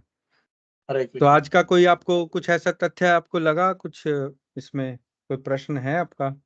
प्रभु जी, आज मेरा कोई ऐसा प्रश्न तो नहीं है, क्योंकि मैं आज कुछ थोड़ा ध्यान से भी नहीं सुन पाया, कि मैं इसको यूट्यूब पे अच्छा, देखूँगा, जब मुझे टाइम ठीक लगेगा, ठीक है। तो फिर बाद मैं। में भी आप प्रश्न पोस्ट कर सकते हैं हाँ, यूट्यूब पे सुनकर, अगर आप व्हाट्सएप पे भी ऑडियो में रिकॉर्ड करके भेज सकते हैं कि ऐसा, ये मुझे इसके बारे में कुछ अगर क्लैरिफिकेशन चाहिए, तथ्य कि कोई मुझे समझ में नहीं आया, तो आप भेज दिया करिए। नो ठीक, डाउट, तो उसका भी समाधान हो जाएगा। ठीक है। हरे कृष्ण। ठीक। हरे कृष्ण। हरे कृष्णा। यशपाल जी, आप हैं वहां पर? हाँ जी, हरे कृष्णा प्रभु जी, यहीं पर हूँ जी। मैंने आपको सुना जी, बहुत बढ़िया। आज आपने बहुत सिलेक्टिव शब्दों का बहुत अच्छा प्रयोग किया। सबसे पहले तो मेरा प्रश्न है कि आपने ये जो कहा नौकरी, चाकरी, तनख्वाह, तो आने वाले समय में, जो आने वाला समय है, उसको आप क्या शब्द देना चाहेंगे? अगर आप इसको कस्टमाइज कर सकें तो कुछ है इसका? नहीं तो तनख्वाह तो हो ही गई ना, तन को खाओ। आने वाला समय अपने, और भी आने वाला समय और भी डिफिकल्ट है, एज वी ऑल नो। तो क्या हो सकता है आने वाले समय? देखिए प्रभुपाद जी बता रहे हैं, वो किसी अपने मन मर्जी से नहीं बता रहे हैं। श्रीमद् हाँ जी, भागवतम में ये प्रेडिक्शन है, ये बताया गया है कि आने वाले समय में, कलयुग के अंत में या कलयुग के जो पीक समय है, उसमें बहुत ही जिसको बोले कि गंदा समय आने वाला है, हाँ जिसमें जी। व्यक्ति बिल्कुल ही उंगलियों पे जैसे आप गिन सकें, बस इतने ही भक्तगण होंगे, भगवान की जो भक्ति हो। मतलब कि बाकी सब भौतिकता ही भौतिकता होगी। और उम्रें तो कम हो ही रही हैं, अभी देख लो आप, अभी नहीं 50 60 70 साल से ऊपर नहीं कोई टपता, हाँ तब जी, तो बिल्कुल ही इससे भी आधी हो जाएंगी, इसका है ना। इसका मूल कारण जी मुझे लगता है, जहां तक जैसे कि हम सब जानते हैं कि हम सफर पर हैं, सब जर्नी पर हैं जीवन की। और अगर हम जैसे कि उदाहरण ले, जैसे हम आम सफर करते हैं, उसमें अगर हम 2 से ज्यादा बैग ले लेते हैं तो सफर भी कष्टकारी हो जाता है और आनंद भी नहीं आता सफर का। ऐसे ही हमने अपने जीवन में कुछ ज्यादा ही आसक्ति, आपने कहा, बहुत बढ़िया उदाहरण दिया, तो हम अपने जीवन के लक्ष्य को भी भूल चुके हैं। बिल्कुल आपने सही कहा। तो मैं इसको ऐसे देख रहा हूँ कि हमने कुछ ज़्यादा ही अपने ऊपर बोझिल कर लिया है अपने जीवन को, हम्म। जो कि हमारी स्वतंत्रता के ऊपर एक बहुत बड़ी बाधक है, जिससे मानसिक रोग तो सबसे बड़ा इसका जैसे हाइपर बीपी, जैसी नाना प्रकार के अनर्थ की बीमारियां, ये इसी के लक्षण हैं। हम्म। हाँ जी। हाँ, नहीं ये तो उदाहरण सही है कि जितना भी हम बोझ लेकर चलेंगे उतनी तो यात्रा कष्टपूर्ण होगी। और तो हम नेचर के कॉन्सेप्ट को नहीं समझ पाते, इतना हमारे ऊपर मायावाद का असर हो जाता है। नेचर ही सुपर रिच थी, सुपर रिच है और सुपर रिच रहेगी ना। अब जैसे हम पुराने वेद ग्रंथ सब उसमें नेचर से ही क्या क्या नहीं प्राप्त कर लिया भक्तगणों ने, जिसकी कल्पना भी नहीं की जा सकती, नेचर ने उनको दिया देखो, भगवान की भक्ति के प्रकृति है, द्वारा। भगवान की एनर्जी है प्रकृति। हाँ जी। ये भगवान ने भगवत गीता में भी कहा गया है कि जी, जो ये भौतिक जगत है वो हाँ भगवान जी, की एनर्जी है, हाँ भगवान की जी, शक्ति है, भगवान की नेचर है, भगवान की हाँ प्रकृति है। हाँ और जी, उस प्रकृति के द्वारा भगवान ये सब चलाते हैं, बिल्कुल संसारिक जी, गतिविधियां। ठीक है हाँ ना। जी, अब समझो कि कोई मेरे अधीन है, हाँ जी, और जैसे अगर हम प्रकृति को, जैसे रावण का उदाहरण है, वो सीता माता को हर के ले गया जबरदस्ती, हाँ जी, है ना। हाँ ऐसे जी, ही आजकल हम रावण बने बैठे हैं। हम हाँ जी, प्रकृति को तो चाहते हैं, हाँ जी, उसके जो मालिक हैं, उसके जो हस्बैंड हैं, उसके मालिक हैं भगवान राम, उनको नहीं चाहते। ठीक है। तो बस खाली प्रकृति का दोहन करना चाहते हैं, प्रकृति के संसाधनों का दोहन करना चाहते हैं, उनके ऊपर अपना एकाधिकार करना चाहते, उसको कंट्रोल करना चाहते हैं। और जो हाँ उनके जी, मालिक हैं, प्रकृति के मालिक हैं, उनको इग्नोर कर रहे हैं। तो फिर रावण का क्या हाल हुआ, वैसा ही हाल हमारा होगा। ठीक है ना। हाँ जी। नेचर ने तो हमारे लिए जी बहुत बढ़िया बढ़िया वृक्ष, फल, हवा, नदियां, पहाड़, इतना कुछ सुंदर सुंदर बनाया चुन चुन कर। लेकिन वही आपने कहना कि आसक्ति मनुष्य की, हमने कितना, जब हम सुखी होने के लिए बड़ी बड़ी बिल्डिंग, इंफ्रास्ट्रक्चर, ये वो फलाना ढिमका, और जैसे जैसे हम उसके तरफ जा रहे हैं, और आपने उदाहरण दिया कि क्या हाल होने वाला और हो भी रहा है, तब भी नहीं हम समझ पा रहे। हम्म। हाँ, नहीं, उसी वजह से है ना, क्योंकि नेचर तो हमें फैसिलिटियां दे रही है। वही जो पिछले रावण उसमें रावण हमने का देखा था रावण उदाहरण, का एक उदाहरण और है, रुको मैं एक उदाहरण और समझाता हूँ कि जितनी ज्यादा फैसिलिटियां मिलती, अब एक डीसी है या कोई हाई कोर्ट का जज है, उसको कितनी फैसिलिटियां मिलती हैं।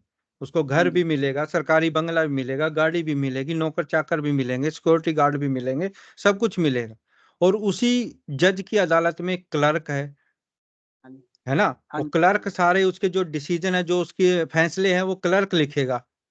और हाँ जी, क्लर्क को बस खाली तनख्वाह मिलेगी, छोटी मोटी जो भी है, बस उसको और कोई फैसिलिटियां नहीं है। तो हाँ क्यों, जी, वो भी सरकारी है और वो भी सरकारी है, इतना फर्क क्यों है। हाँ जी, क्योंकि उसको ज्यादा सुविधाएं इसलिए दी जा रही हैं क्योंकि उसकी रिस्पॉन्सिबिलिटी ज्यादा है, ताकि किसी को वो गलत सजा ना दे दे। उसकी हाँ जी, कोई भी वो डिसीजन देगा तो उसकी जिम्मेवारी है, उसको चैलेंज किया जा सकता है। क्लर्क क्या है, क्लर्क तो बस जो उसने कहा उसने लिख दिया, मेरी तो कोई जिम्मेवारी नहीं है, मैं तो जी लिख दिया। तो उसको उसी अनुसार तनख्वाह मिलेगी। अगर उसको फैसिलिटियां ज्यादा मिल रही हैं, इसलिए अगर प्रकृति हमें फैसिलिटियां ज्यादा ले रही है, इतना हाँ सारा जी, कुछ है, इसका मतलब हमारी रिस्पॉन्सिबिलिटी भी ज्यादा हाँ जी। है ना, अब जो हमारी सहज जिम्मेवारी भी ज्यादा है। हाँ जी, जो सहज है, सरल है, वही सर्वोत्तम है। ये चीज को मन में हमको रखना चाहिए। सरलता जो है, सरल होना बहुत आवश्यक है। आजकल हम सब जटिल हो गए हैं, बहुत जटिलता आ गई है जीवन में। सरलता हाँ नहीं है। जी, सरलता तब आती है जब स्पष्टता हो, क्लैरिटी नहीं, जीवन के लक्ष्य नहीं। अभी ये पढ़ रहे हैं ना, मानव जीवन का लक्ष्य है। पहले तो बात है लक्ष्य ही नहीं है, एम ही नहीं पता मुझे, मेरे जीवन का एम नहीं पता, तो मैं टकरे मारूंगा ना इधर उधर कहीं कहीं। हाँ जी। देख लो जी, अब कितना अच्छा है कि मनुष्य पैदल चल सकता है, हरियाली में चल सकता है, लेकिन वो बुकिंग हुई पड़ी है कारों कितने महीनों पहले। वो आसक्ति कितनी ज्यादा है, उनको डीजल भी फूकना है, ये भी करना है, उससे समाज में अर्थव्यवस्था, मतलब उसकी इतनी वो चीज, सरलता को आज के समय में ना जी, वो नॉर्मल नहीं समझा जा रहा, जिससे हम नाना प्रकार के जी दुख झेल रहे हैं आसपास। जैसे यंत्र यंत्र, आपने उदाहरण, कितना खूबसूरत उदाहरण दिया आपने, यंत्र यंत्र यंत्र, वही हो रहा है जी बस। मशीन है, यंत्र मतलब मशीन।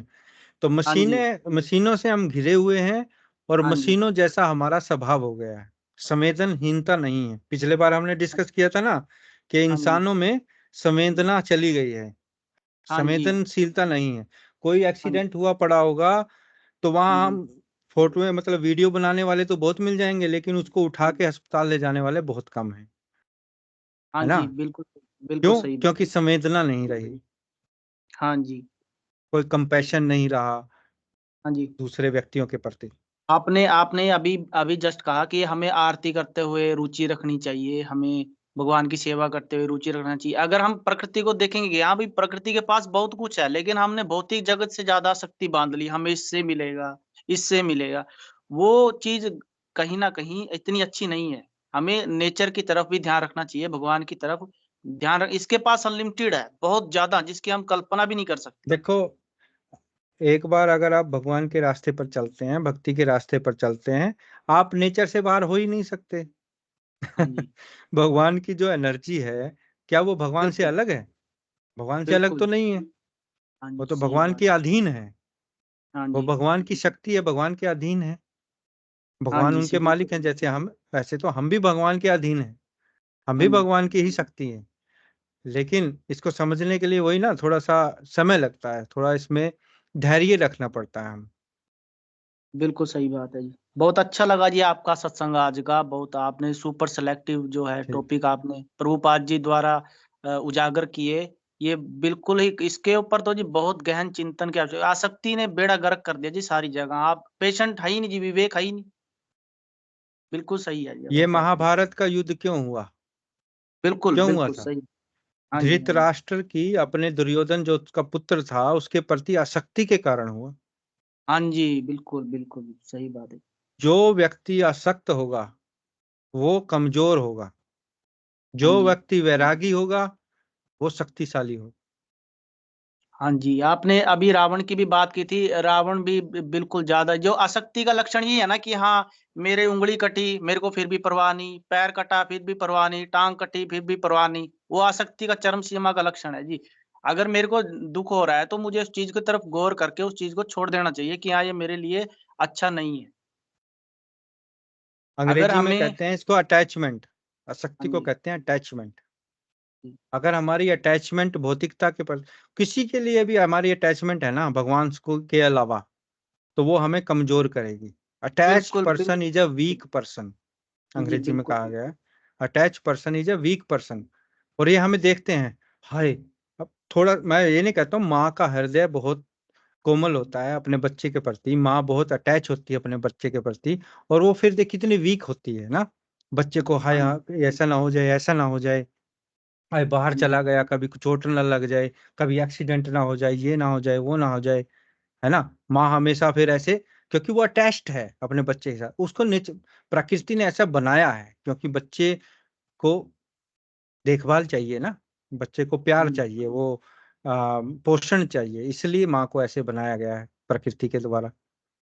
हाँ जी, हाँ, तो ये तो बहुत छोटा-सा उदाहरण है, लेकिन अगर हम बहुत ज़्यादा अटैचमेंट रखेंगे हर चीज़ से, तो ये कमज़ोरी का लक्षण है हाँ जी, और ये बिल्कुल सही हमें बात। बहुत कमज़ोर बनाएगा अंदर से, हाँ जी, सही है ना? बात है जी। आपके हम आज जिम में जा रहे हैं, ये कर रहे हैं, वो कर रहे हैं और आसक्ति मनुष्य की इतनी है कि हाँ, फसल में से ये कर ले, वो कर ले और बस पेशेंट पावर है नहीं, बस दे धड़ाधड़ दवाइयाँ, दवाइयाँ। बताओ जी अब सारी जीवन की जितनी मेहनत है वो सब धराशायी क्योंकि जो चलो खाना-पीना ही नहीं वो अगर तो शुद्ध एक मिलेगा देखो, वो तो सामाजिक सामाजिक ये तथ्य हैं, हाँ लेकिन जी, फिर भी आसक्ति से जुड़े हुए हैं जी। हाँ, हाँ चलो जी, ठीक है, अब थोड़ा हाँ जी, आज लंबा हो गया काम, हाँ जी।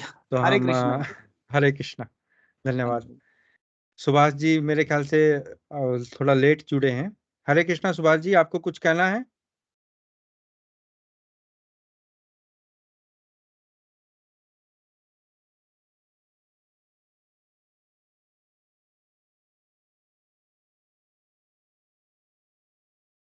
मुझे लगता है वो शायद बिज़ी हैं पहले ही। मैं बच्चों को बुलाता हूँ। Madhav!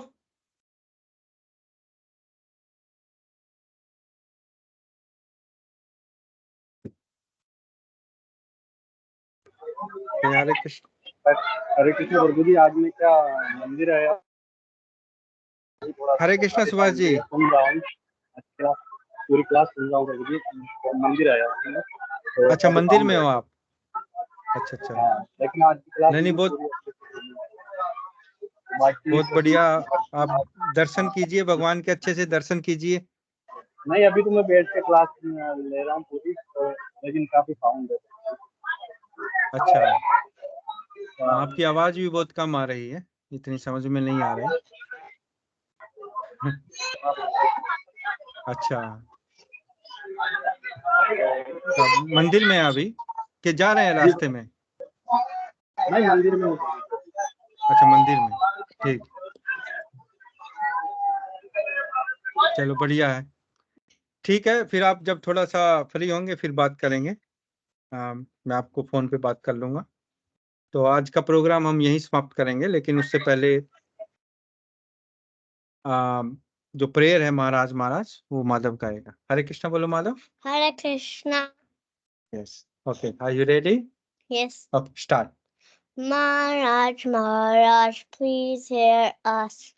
Maharaj, please hear us. We have learned some real good stuff. We have learned some real good stuff. Maharaj, we have learned one thing. Maharaj, we have learnt one thing. And today for you we will sing. And today for you we will sing. If our room is clean, If our room is clean, then our mind is clean. then our mind is clean. If our mind is clean, If our mind is clean, we can do anything. we can do anything. If our room is dirty, If our room is dirty, then so are we. then so are we. And if we are dirty, And if we are dirty, we're not happy. we're not happy. Wasting time Wasting time is the greatest crime. is the greatest crime, Because wasted time because wasted time means a wasted mind. means a wasted mind. So best is your time So best use your time when you're in your prime. when you are in your prime, And your whole life and your whole life will be sublime. will be sublime.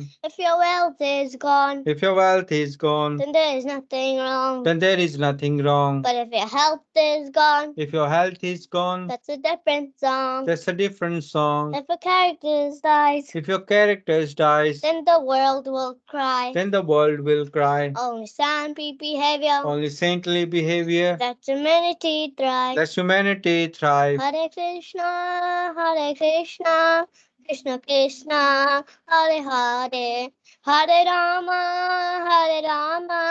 Rama Rama, Hare Hare. Hare Krishna, Krishna Krishna, Hare Hare, Hare Rama,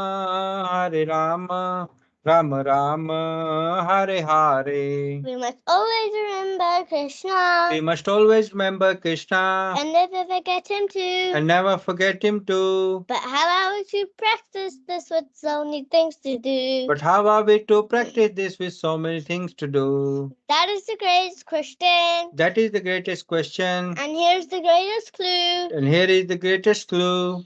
You must Learn- learn to look so nicely that Krishna remembers you. You must learn to work so nicely that Krishna remembers you. So listen very closely So listen very closely and make your thinking sharp. and make your thinking sharp. Let's learn how we can live and work so Krishna won't depart. Let's learn how we can live and work so Krishna won't depart. If something's due tomorrow, If something is due tomorrow, finish it today. finish it today. Whatever's due today, Whatever's due today, do it now, don't delay. do it now, don't delay. Your friends might be lazy Your friends might be lazy or doing bad things. or doing bad things, But you think again, but you think again, don't follow them, don't follow them, and you will win the end. and you will win the end. Whatever luck we're given, Whatever work we given, we do our very best. we do our very best.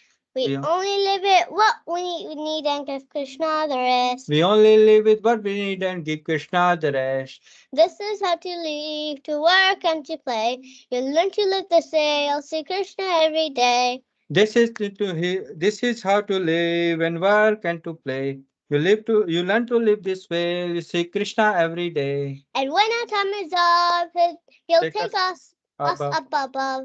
We'll We'll sing sing and dance to him with a heart full of love. And when our time is up, He'll take us up above. We sing and dance with him with the heart full of love. So chant Krishna's name, his glories and his fame is the only way this world will ever become sane. So chant Krishna's name, his glories and his fame is the only way this world will ever become sane. Now please ask this greatest question. Now please ask this greatest question And find this greatest clue. and find this greatest clue.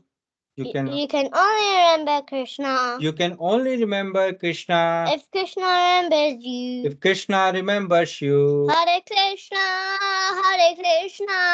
Krishna Krishna, Hare Hare, Hare Rama, Rama Rama, Hare Hare. Hare Krishna, Krishna Krishna, Hare Hare, Hare Rama, Rama Rama, Hare Hare. जय his holiness Mahavishnu गोसाई महाराज की जय, जगत गुरु शिला प्रभुपाद की जय, श्री अनंत कोटि वैष्णव वृंद की जय, नित्य गौर प्रेमानंदे हरि हरि बोल। नमो विष्णुपदाय कृष्ण प्रस्ताय भूतले श्रीमते महाविष्णु गोस्वामी के नामने। नमो विष्णुपदाय कृष्ण प्रस्ताय भूतले श्रीमते भक्ति वेदांत स्वामी के नामने। नमस्ते सरस्वती देवी गौर वाणी प्रचार पाश्चात्य दृश्यता। जय।